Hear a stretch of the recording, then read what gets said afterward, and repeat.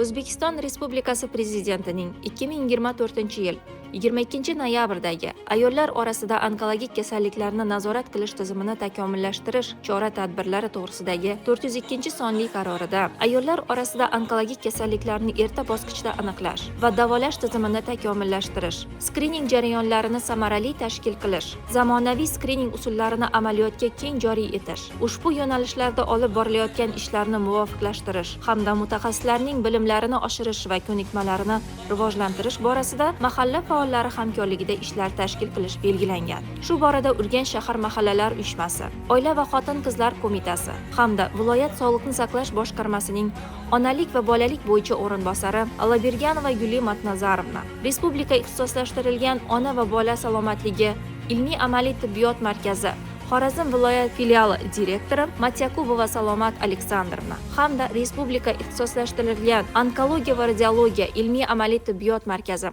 Xorazm filiali direktori Tajiddinov Otaxon Abdullayevichlar bilan birgalikda joylarda mahalla yettiligiga ayollar va ularning oila a'zolari orasida onkologik kasalliklarni oldini olish, ularni erta aniqlash, davolash hamda oqibatlari haqida tushuntirish ishlari asosida katta tadbir o'tkazilgan.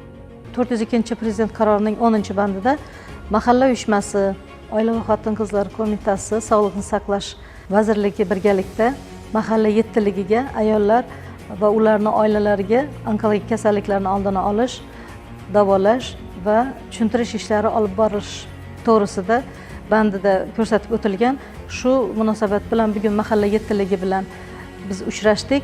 Endi bu targ'ibot tashviqot ishlari mahallalarda davom qiladi. Mahalla faollarining bu borada aktiv ishlari natijasida Prezident qarorining asosiy mohiyati haqida har bir reproduktiv yoshdagi ayolga ma'lumotlar yetkazilmoqda. Bu boradagi tadbir viloyatimizning barcha hududlarida tuzilgan reja asosida tashkil qilingan va olib borilmoqda.